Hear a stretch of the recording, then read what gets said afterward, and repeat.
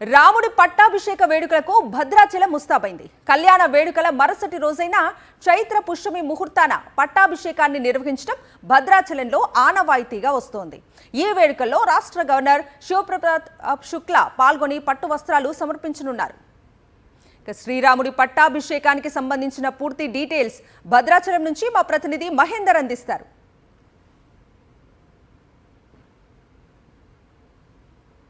భద్రాద్రి రాముడు పట్టాభిషేకానికి ఏర్పాట్లన్నీ పూర్తయి రాష్ట్ర గవర్నర్ పట్టాభిషేక వేడుకకు హాజరై కూడా పట్టు వస్త్రాలు సమర్పించనున్నారు. మనం ప్రస్తుతం పట్టాభిషేకం జరిగిన మిథిలా స్టేడియంలో ఉన్నాం. ఇప్పటికే అన్ని అధికారులు అన్ని ఏర్పాట్లు చేశారు. లక్ష్మణ సమేత సీతారాముల ఉత్సవ మూర్తులను మేళతాళాలు, కోలాటం, భజంత్రీలు, భక్తుల జయ జయ ధ్వనుల నడుమ పల్లకిలో మిథిలా స్టేడియంలో కూడా ఉన్న మండపానికి కూడా తీసుకొచ్చి సింహాసనంలో వేచింపు చేస్తారు. అనంతరం విఘ్నాలు రాకుండా విశ్వక్సేన పూజ నిర్వహించి పుణ్యవాచనం చేసి మంత్రజలంతో పూజలో ఉపయోగించే వస్తువు ప్రాంగణాలను కూడా శుద్ధి చేస్తారు. ఆ తర్వాత ప్రధాన మండపానికి ముందు 3 సంబంధించి ఉపమండలాలను మండపాలను ఏర్పాటు చేస్తారు. ఇందులో ఒక మండపంలో హనుమంతుడు, సుగ్రీవుడు సహా 8 మంది రామ పరివారం అష్టదిక్సకులను ఆవాసనం కూడా చేస్తారు.